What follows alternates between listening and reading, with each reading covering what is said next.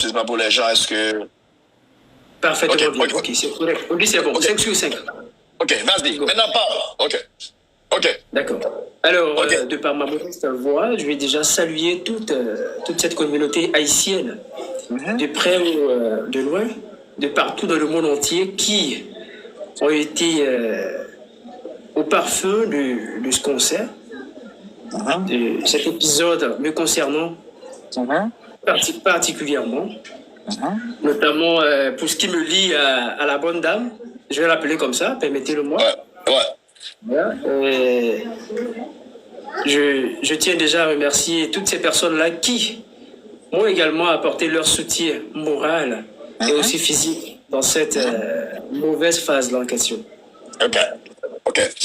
On va arriver tantôt dans la relation, mais juste avant, on va te permettre de mieux te présenter à ce que les gens puissent te mieux connaître.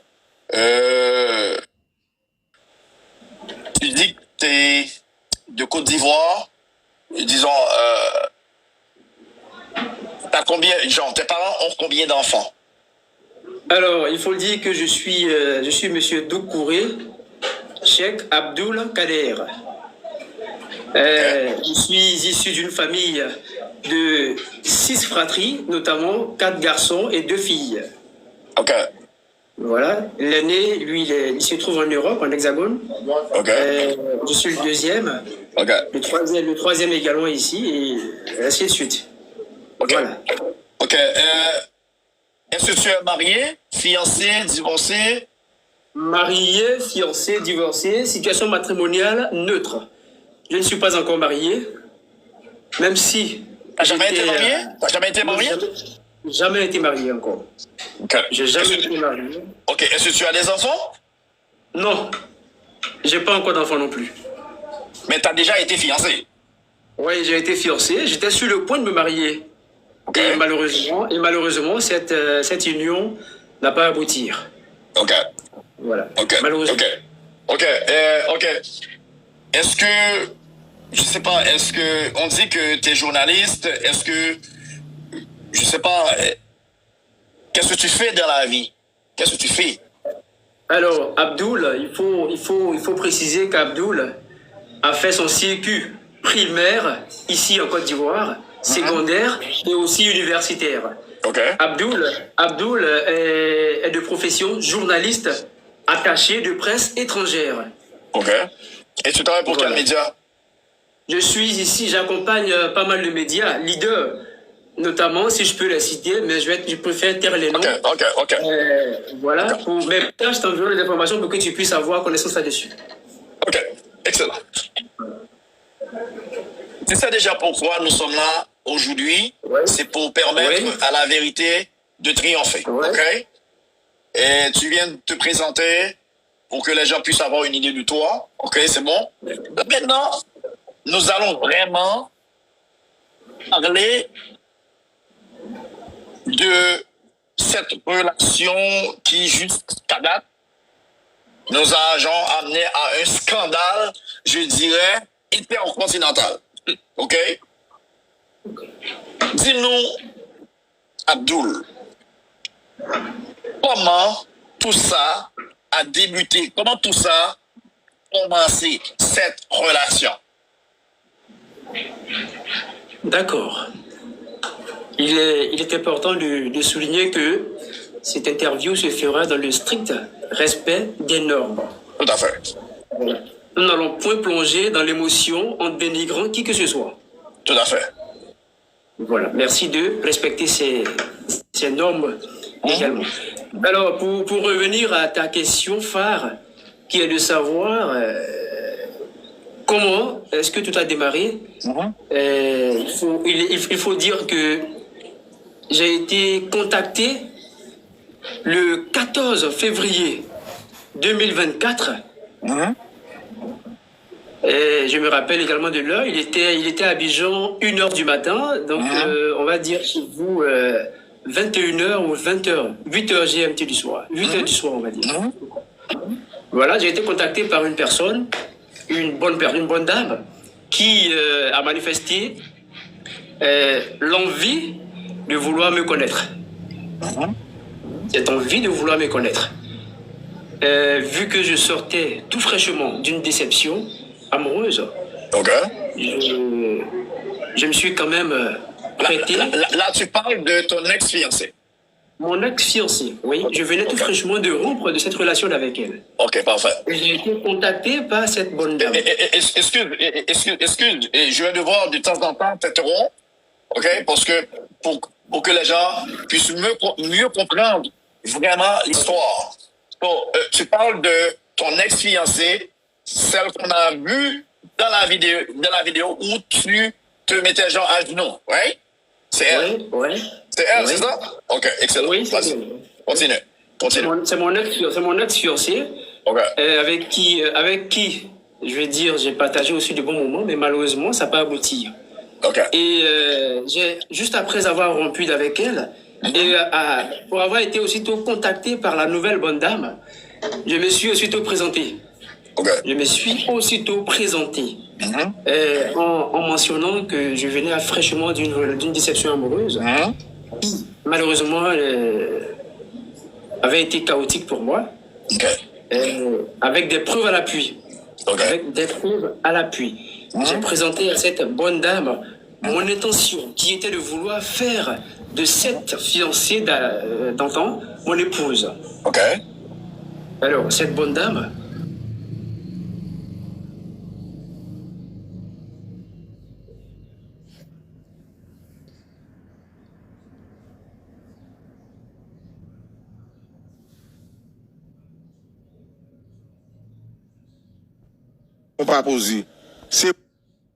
Et aussi quelques messages qui ont été partagés dans le...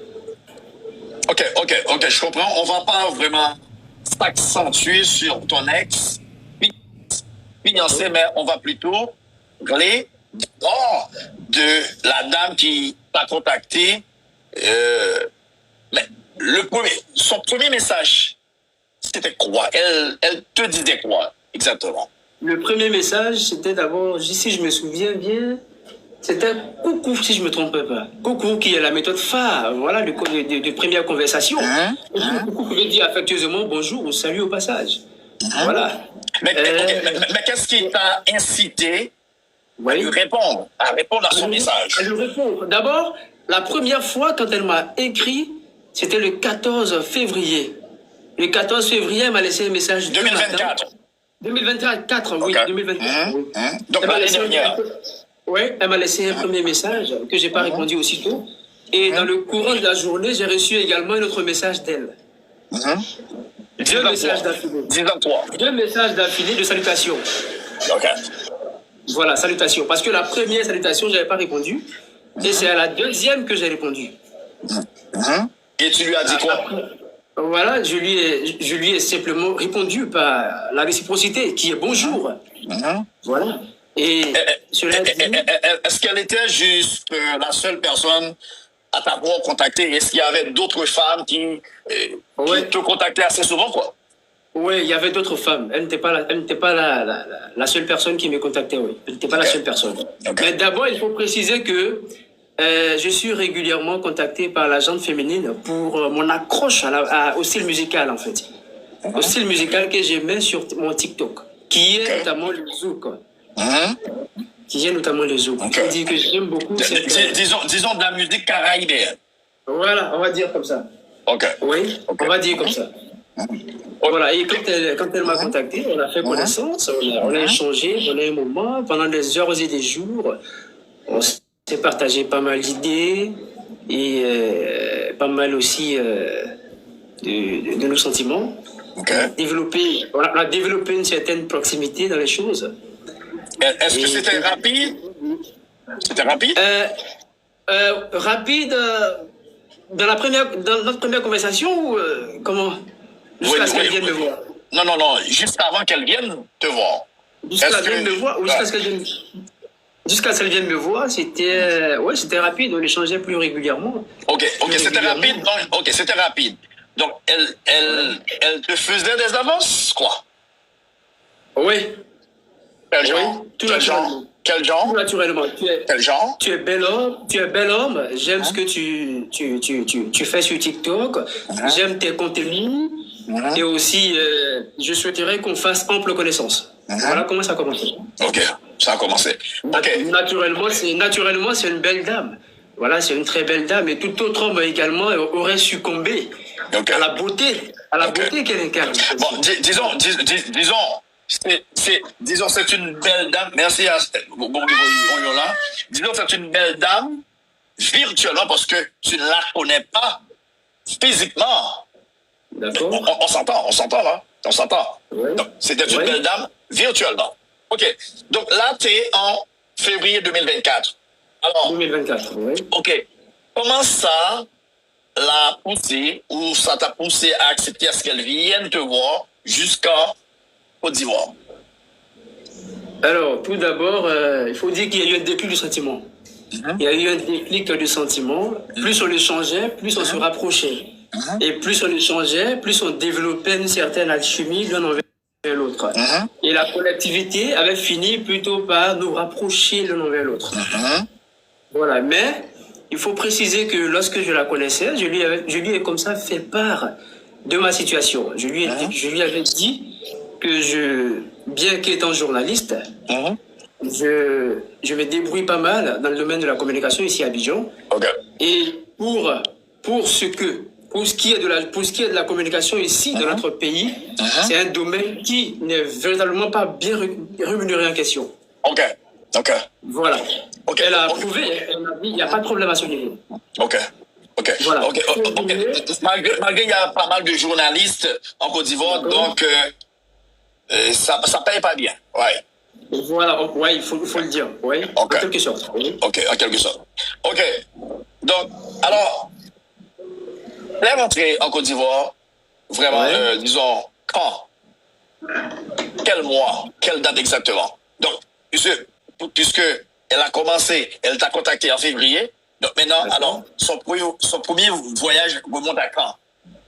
Son premier voyage à Abidjan remonte à, on va dire, au 23 mai 2024. Donc, 23 mai, donc... 24 mai. Non, 24 mai. 24 mai 2024. Ok, disons 3 mois plus tard. 3 mois après, vos premiers contacts. Voilà, on va dire. Voilà. Ok. Alors qu'est-ce que tu lui as dit pour qu'elle accepte de prendre l'avion pour aller rencontrer un inconnu, un total inconnu? Qu'est-ce que tu lui as dit? D'abord, en tant que bon gentleman et aussi en tant que beau parleur, il faut dire que j'ai réussi quand même à la séduire. Voilà, de par mes mots et aussi de par ma présence virtuelle et aussi par mon attention. Voilà. Et au fil du temps, elle a été obnubilée par ma personne. Simplement. Au point d'avoir pris un billet pour Abidjan. Voilà. Ok. Alors, disons, qu'est-ce que tu penses que tu as que d'autres hommes n'ont pas? Qu'est-ce que tu as de si spécial pour qu'elle succombe?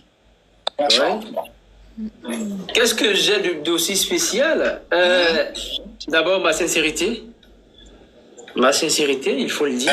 Mais comment elle peut savoir que tu es sincère puisque elle vient tout juste de te rencontrer virtuellement, elle ne sort pas encore avec toi, elle ne vit pas encore avec toi. Mais comment elle l'a su?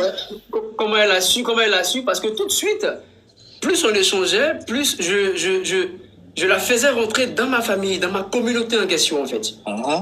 Je la faisais rentrer dans ma communauté. Après, et aussi, il faut dire que mes parents qui ont eu beaucoup de mal à l'accepter ont fini par épouser mon idée qui était de vouloir d'elle à mes côtés en question. Ok, et je sais, tout le monde sait que tu es de foi musulmane. Tu viens de dire que tes parents n'ont pas accepté cette nouvelle venue, mais comment tu as fait pour l'imposer dans ta famille et dans ta communauté? Qu'est-ce que tu as fait? Comment tu as fait? Comment j'ai fait? Il faut dire que j'ai réussi à vanter ses bonnes qualités. Simplement, bien que je ne la connaissais pas. C'est quoi ces qualités? C'est quoi ces qualités que tu as vantées? Ouais, bien que je ne la connaissais pas, d'abord. Alors tu mentais pour elle. Alors tu mentais pour elle. Voilà, j'ai été le faire. J'ai été le faire uniquement que pour vouloir aller à mes côtés, simplement. Alors c'est quoi ces qualités que tu vantais? C'est quelle qualité? Ces qualités avant de la voir ou après l'avoir vue physiquement? Après l'avoir vue physiquement. Physiquement. Ayant parcouru plus de 32 heures de vol jusqu'à Abidjan. 32 heures de vol, voire plus.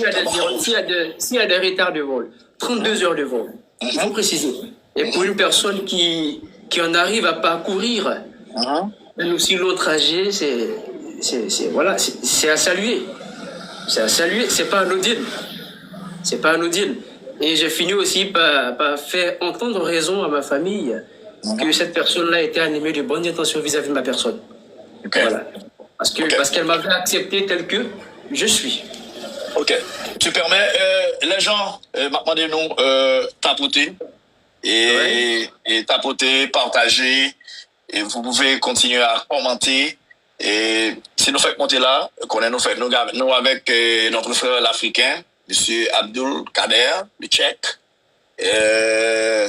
envoyez des cadeaux. Il faut le supporter. Là, ça, il faut le supporter. Et avant, je rappeler nous, si nous Miami, nous sommes capables de passer dans le restaurant Gaïoua. Et c'est la sœur de Gaël, c'est la grande sœur de Florence, El Lucci. Donc, Gaël a un très beau restaurant, très propre, tout ça, ok? Donc, moi, invitez-nous à le passer là. Également, c'est nous, surtout pour les femmes, et nous capables d'utiliser, nous capables de servir avec sirette cosmétique. Ok. Elle est arrivée en Côte d'Ivoire, à Abidjan, en mai 2024. Disons, elle a passé combien de jours avec toi? En mai 2024, elle a passé 7 jours à Abidjan. 7 jours? 7 jours à Abidjan. Ok. Est-ce qu'elle était descendue chez toi ou à l'hôtel? À l'hôtel. À l'hôtel. Yeah. Ok. Est-ce que tu as passé tous ces 7 jours avec elle à l'hôtel? Oui. Nous avons passé ces 7 jours à l'hôtel ensemble. Oui. Ok. Alors, dis-nous, explique-nous un peu de mots comment ça s'est passé ce premier voyage. Oh, ce premier voyage, plus ou moins, a été mitigé. Hein. Ça a été mitigé d'un bilan. Mitigé, explique. Oui, mitigé d'un côté dispute. Ah oui, et aussi déjà d'un côté amour. Oui, dispute et aussi d'un côté amour passionnel. Ok, vous vous disputiez de quoi? Généralement, il y a eu dès la première prise de contact physique une incompatibilité d'humeur. De caractère? En fait. Ah oui? Non, d'humeur. Il y a une incompatibilité d'humeur. Alors, je vais comprendre. Il faut préciser que la bonne dame en question est une personne à caractère fort. C'est une personne à caractère fort, c'est une personne assez gentille d'intérieur, oui. Gentille d'intérieur, douce d'intérieur, mais c'est difficile. C'est très difficile. Difficile comment? Parce que c'est ce que je veux comprendre. La cohabitation avec elle est difficile, il faut être vrai. Ah oui? Ah oui? Mais, la cohabitation avec elle est difficile. Il m'a fallu beaucoup tolérer tellement de choses. Comme quoi? Il m'a fallu pardonner beaucoup de choses. Comme quoi, par exemple? Tantôt, ça peut s'emporter pour rien, pour un rien. Ah oui? Ça peut vouloir faire... Oui, ça peut lever, ça peut faire un scandale à tout bout de champ. Ah oui? Ah oui, ça peut lever un scandale à tout bout de champ. Là, tu nous parles de son premier voyage en mai 2024. Premier voyage en mai 2024. Oui, je parle. Un séjour de 7 jours. 7 jours. Et parmi ces 7 jours passés ici à Abidjan, oui. On va dire en moyenne, on passait environ 25 minutes en famille. Pour dire qu'on n'était pas en famille en fait. C'était pas ça cet amour en fait. Vous comprenez? Quand je dis c'était pas ça cet amour, d'abord, pour avoir parcouru un si long trajet, venir jusque dans un pays inconnu, rencontrer un inconnu qui est de confession musulmane, n'est-ce pas? Et d'appartenance islamique. Vous comprenez? Alors, déjà, chez nous, ce qui compte le plus, c'est la chaleur humaine. Quand tu viens chez un inconnu, passe plus de temps avec sa famille. Imprègne-toi de son quotidien. Familiarise-toi plus avec ses habitudes. Ok. Alors, comment ta famille l'a reçu, l'a accueilli? C'était un bon accueil? Est-ce que ta famille était sceptique à la venue de cet étranger? Ouais, ma famille a été positivement réceptive. La famille l'a très bien accueillie, il faut dire, au point d'avoir cuisiné pour elle. Ah oui? À plusieurs reprises. Elle a aimé? Oui, elle a aimé? C'est sur cette même table qu'on a mangé, là où je suis assis. Ok. Vous comprenez? Voilà. Donc, il faut dire que la famille l'a accepté sans aucune inquiétude. Parce que moi, je les avais déjà rassurés de la bonne foi de cette bonne dame, qui était de vouloir être mon épouse. Elle voulait être ton épouse. On va arriver là, mais on va rester encore un petit peu au début de cette relation. Donc là, maintenant, tu nous expliques son premier voyage, comment ça s'est passé, son comportement. Donc tu nous dis que c'est une femme difficile par rapport à son tempérament, son caractère. Mais comment, pendant ces 7 jours, comment tu as vécu ça? Dis-nous. Comment j'ai vécu ça? Il faut dire que ça a été vraiment pas facile pour moi. Parce que à la base, je suis quelqu'un de très patient. Je ne réagis généralement pas. Et à plus forte raison, lorsque tu es avec une femme qui ne partage pas tes traditions ou encore tes habitudes, il faut faire preuve de beaucoup de patience. Et c'est ce que j'ai fait. J'ai fait preuve de beaucoup de patience avec elle. J'ai été très compréhensif et j'ai accepté beaucoup de choses. Comme quoi? J'ai accepté beaucoup de choses. Saut d'humeur. Donne-nous quelques exemples. Saut d'humeur. L'individu venait même à hausser le ton sur moi en public. Ah oui?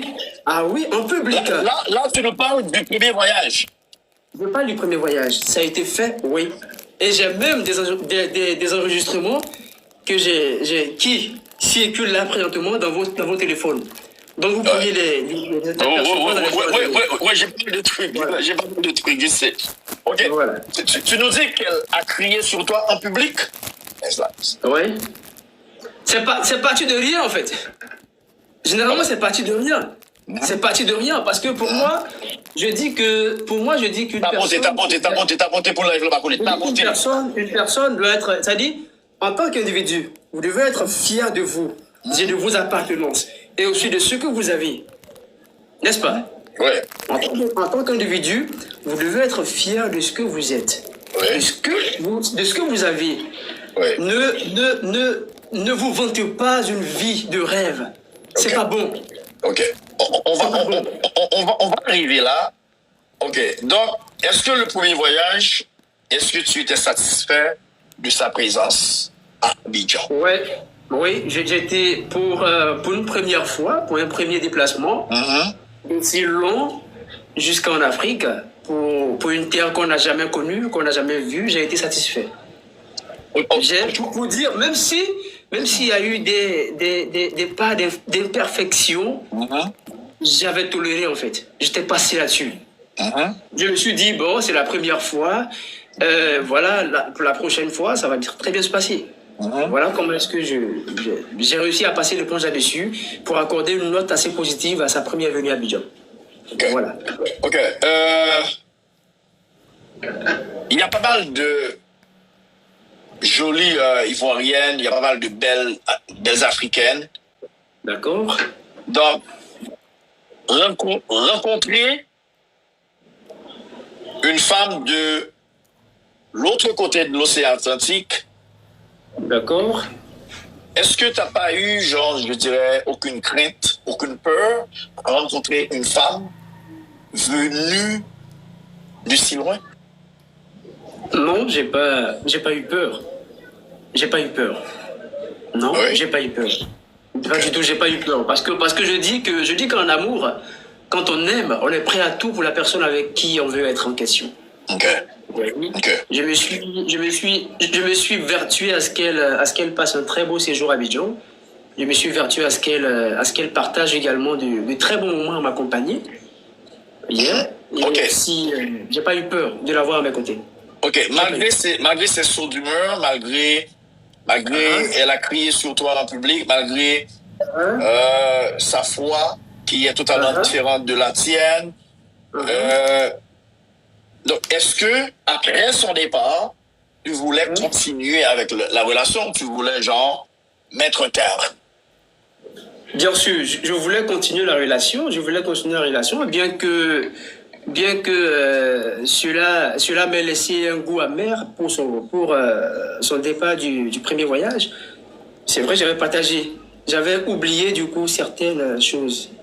Mais quand même, je me suis dit que avec le temps, on allait s'y habituer l'un envers l'autre. On allait quand même pouvoir franchir certains caps. Ok.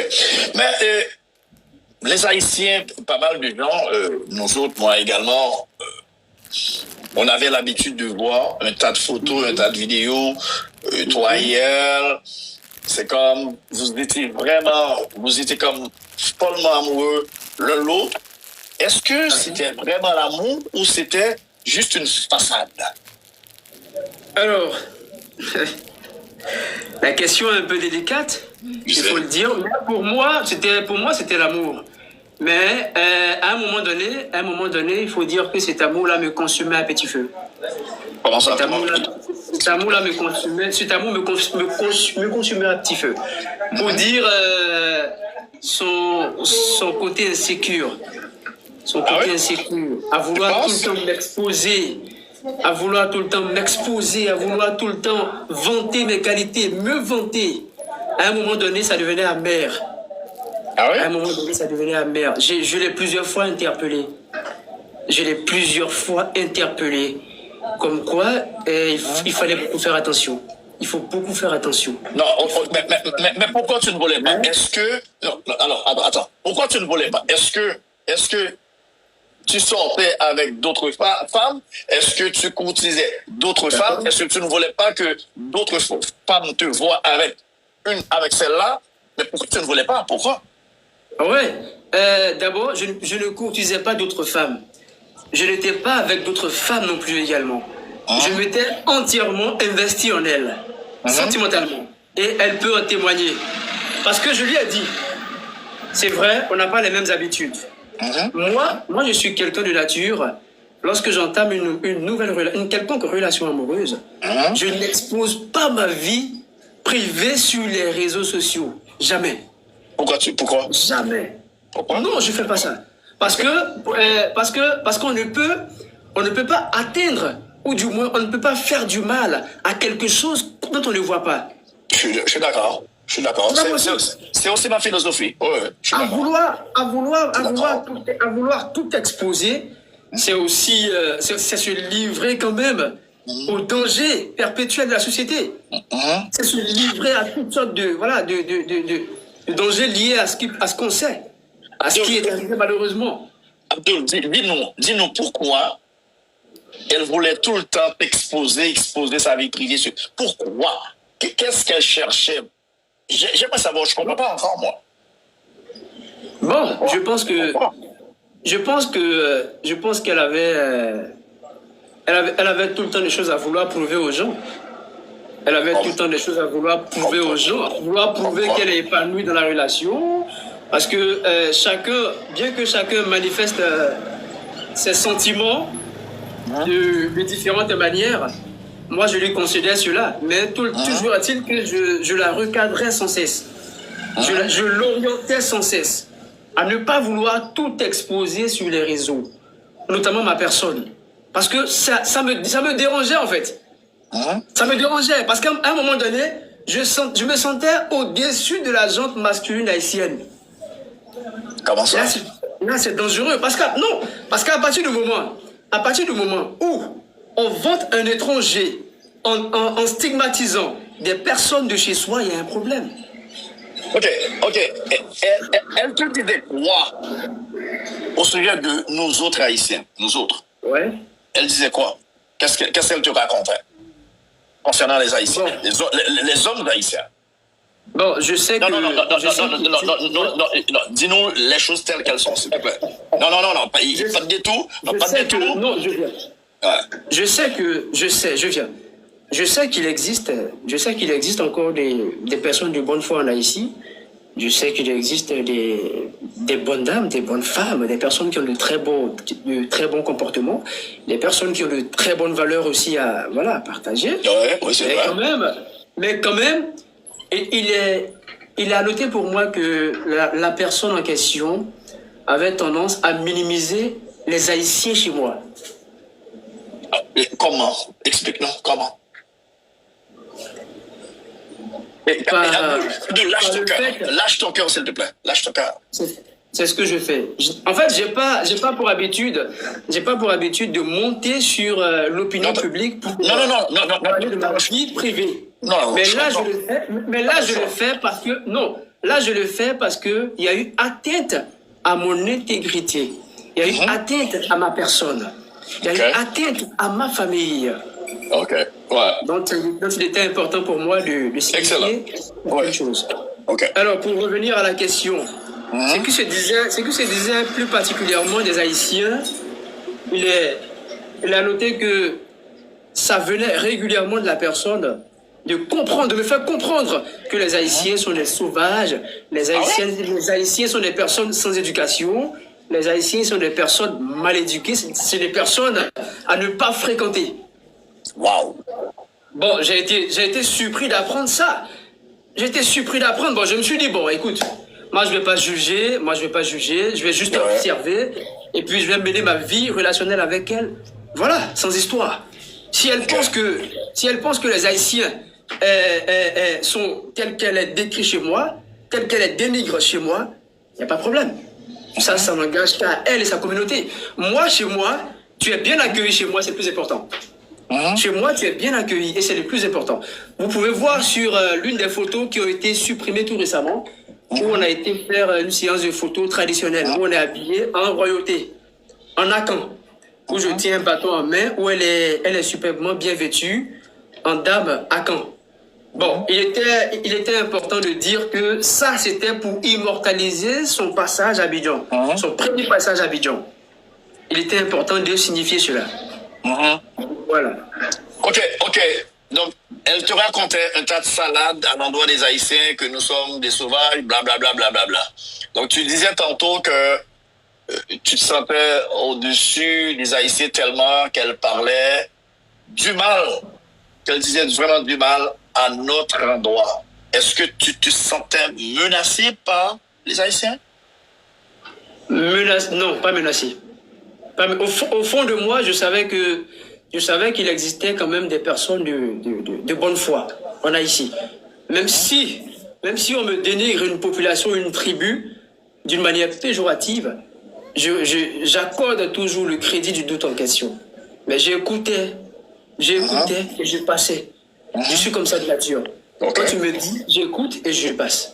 Voilà. Ok. Première rencontre, premier voyage, elle est retournée aux États-Unis. Donc là, vous étiez en mai 2024. Et après plusieurs mois, elle est revenue. Elle est revenue pourquoi? Est-ce que tu avais l'intention de l'épouser? Est-ce qu'il y a... La planta. Oui. La planta. Oui, d'abord, il faut dire que avant qu'elle ne revienne en décembre pour son deuxième voyage, il faut préciser que je ne voulais pas. Personnellement, je ne voulais pas qu'elle revienne. Moi, je ne voulais pas qu'elle revienne, précisément. Parce que, au fond, effectuer un si long voyage, ça demande beaucoup d'énergie financière. Vous comprenez? Ça demandait beaucoup d'énergie financière. Étant donné qu'elle et moi, nous étions lancés tous deux dans une position de mariage qui était fixée pour mai 2025, cette année. Cette année. Oui, logiquement, son deuxième voyage devrait se faire en mai. En mai. Oh. Non, mais l'individu va laisser entendre avec tellement de douceur et de séduction que qu'elle veut revenir, elle a envie de voir Abidjan, elle a envie de manger à Tiéké, elle a envie de, bon, pas à Tiéké, mais Foutou. Voilà, elle a envie de manger Foutou. Enfin, c'est l'un de nos plats assez phares ici. Voilà, le Foutou banane. Voilà. Donc je l'écoutais. D'abord, je voulais même pas. J'étais radical, je voulais même pas. Et ma mère ne voulait pas également qu'elle vienne aussi. Faut pas cacher. Ok. Ma mère ne voulait pas qu'elle vienne à Abidjan. Faut pas cacher. Parce que maman a dit. Parce que maman a dit. Pourquoi ta mère ne voulait pas? Maman a dit. Elle va venir faire quoi? C'était la question de maman en fait. C'était la question de maman. Elle a dit, elle va venir faire quoi? Et je lui ai dit non. Elle a juste envie de passer du temps avec moi. On peut, voilà. Elle a juste envie de qu'on partage de bons moments ensemble encore. Parce que ça faisait quand même 7 mois. C'est-à-dire de mai à décembre. Ça faisait 7 mois que c'était. Est-ce que c'est elle qui t'a demandé en mariage ou c'est toi? En mariage? C'est moi qui ai demandé un mariage. C'est moi qui ai demandé un mariage. Donc, tu voulais l'épouser? C'est moi qui ai demandé un mariage. Oui, je voulais l'épouser. Ok. Je voulais l'épouser. Ok. Et sans aucune autre prétention. J'ai juste voulu d'elle à mes côtés. Et je lui disais comme ça, entre autres. J'ai encore des messages, parce que je garde toujours des réserves. Je lui disais, entre autres, on peut se marier et tu peux être là-bas, aux États-Unis. Ça ne me pose pas de problème. Non, c'est ce qu'elle t'a dit. La distance ne me dérangeait pas en question. Parce qu'il faut dire que je suis dans l'histoire des relations à distance depuis bientôt 10 ans, 10 à 15 ans. Donc l'expérience. Donc l'expérience. Ok. Est-ce que tu savais que madame était encore mariée? Tu savais ça? Je savais que madame était mariée, mais je ne savais pas que madame vivait avec l'homme sous le même toit. Alors, comment tu l'as su? Alors, je l'ai su parce que madame m'a dit qu'elle m'a dit qu'elle est mariée et que ça n'allait pas avec l'homme. Avec tas de choses qu'elle m'a dit sur l'homme dont je vais taire, je ne vais pas parler. Okay. Je lui ai dit, écoute, si tu es encore marié, en aucun cas toi et moi on ne peut se marier, c'est pas possible. C'est pas possible parce que tu peux pas être marié sans être divorcé et revenir te marier en Afrique. C'est pas possible. C'est immoral en fait pour moi. C'est immoral. Madame m'a laissé entendre que ça n'allait pas, c'était difficile, que il y avait tellement de violence dans le foyer, que il y avait pas d'attention et qu'elle était livrée à toutes sortes de dangers. Wow. Alors de mon côté, qu'est-ce que je faisais? Je m'arrangeais plutôt à ce qu'elle aille bien psychologiquement. Je m'arrangeais à ce qu'elle aille bien psychologiquement. C'était l'un de mes combats phares avec elle. Et ça, elle le sait. Je m'arrangeais à ce qu'elle aille bien dans la tête. Parce qu'à chaque fois qu'elle m'appelait, c'était des pleurs. C'était des pleurnichements. Madame était obnubilée par ma personne au point de me proposer, au point de me dire qu'elle allait tout faire pour que j'aille aux États-Unis la rejoindre. Ok, j'allais arriver là. Ok, on a vu et on a entendu madame qui parlait de tout ça dans un show et elle racontait un tas d'histoires disant que tu voulais avoir la carte verte, ce qu'on appelle le green card, la carte résident permanente. Ok. Est-ce que c'est vrai? Est-ce que tu lui as demandé qu'elle t'aide à avoir la carte verte? Raconte-nous ça. Alors, madame et moi, il faut dire que on n'a jamais, je dis bien, jamais parlé de green card. Jamais. C'est un récit purement imaginaire. C'est un récit purement imaginaire. Je ne lui ai jamais demandé de green card. Ah ouais? Jamais. demander le green card. Bon, j'ai été surpris d'entendre ça. J'ai été surpris d'entendre ça. Je dis, mais attends, c'est quitté où? L'idée est quittée où? L'idée de la green card est quittée où? La carte verte est quittée où? Parce que je me reconnais pas en ça. Non, je me reconnais pas en ça. Voilà. Et aussi, j'ai été scandalisé de l'apprendre à l'émission du monsieur en question. Okay. J'ai été scandalisé. L'émission de Tigui, oui. Ouais, voilà, dans le terrain du nom également, j'ai été surpris d'entendre ça. Je savais même pas. Parce que pour moi, le jour, si tu me permets, le jour de l'émission, même en question, le jour de l'émission, madame et moi, on a parlé. Madame et moi, on a parlé. Au jour J de l'émission, on a parlé. Et vu que moi, j'observais le ramadan, je lui ai dit comme ça que je partais faire la prière. C'était le soir. Je lui ai dit que je partais faire la prière et que après la prière, vu le décalage horaire, moi j'allais aussitôt me reposer. Parce qu'il faut dire que je dors très tôt. Moi je vais vite au lit, moi. Je vais très vite au lit. Elle m'a dit, laisse-moi venir. Elle m'a dit que, elle m'a dit qu'elle partait à une émission. Elle a été invitée à une émission d'un de ses confrères haïtiens pour animer un show. Pour animer un show. Il dit, bon, il n'y a pas de problème, va à l'émission, mais fais attention à ce que tu vas dire. Sois beaucoup prudente dans tes mots. Je lui ai répété cela. Sois très subtil dans tes mots, fais attention. Fais très attention à ce que tu vas dire. Alors, elle et moi, on se laisse. C'est un récit que je te raconte. Hein.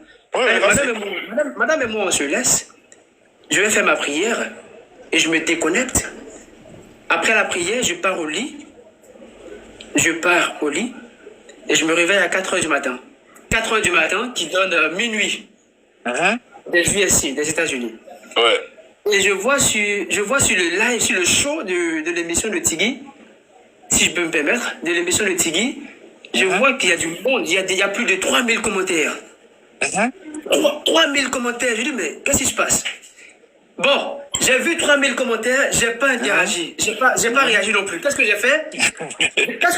Je suis rentré dans le show, dans le live de l'émission. Et qu'est-ce que j'ai fait? J'ai laissé un commentaire. Mon amour, très bonne émission à toi. Écoute-moi très bien. Ce que j'ai écrit, oui, j'écoute. Je dis, mon amour, très bonne émission à toi. Sache que je suis avec toi. Beaucoup de courage. Voilà ce que je lui ai dit. Après l'émission, ok. En pleine émission, pendant qu'elle était à l'émission. En pleine émission, waouh. En pleine émission. Okay. Alors qu'il y avait plus de 3 à 4 000 commentaires. Moi, j'ai vu les commentaires, mais j'ai pas accordé d'importance aux commentaires. J'ai pas lu les commentaires, j'ai pas accordé d'importance aux commentaires. Non. J'ai mis le petit commentaire. Fais un bon show, messieurs, avec toi, et je t'aime très fort. Après avoir laissé le commentaire, je vois une centaine de likes sur mon commentaire. Waouh. Je dis, mais attends. Et là, je m'assois bien. Je vois une centaine de commentaires, de réactions sur mon commentaire. Où certains viennent dire que tu es idiot. Que tu es idiot. Oui, tu es idiot. Je sais pas ce que des gens qui t'insultaient. Des gens qui m'insultaient, en fait. Tu lui as demandé la carte verte. Tu es idiot. Wow. Et comment est-ce qu'en plein débat sexuel, tu peux lui dire, attends, je dois aller faire la prière. Stop. Pause. Ok. On va en arriver là. Moi aussi, donne-moi une seconde, je vais prendre une bouteille d'eau. Alors, donne-moi une seconde. C'est ça, ballon.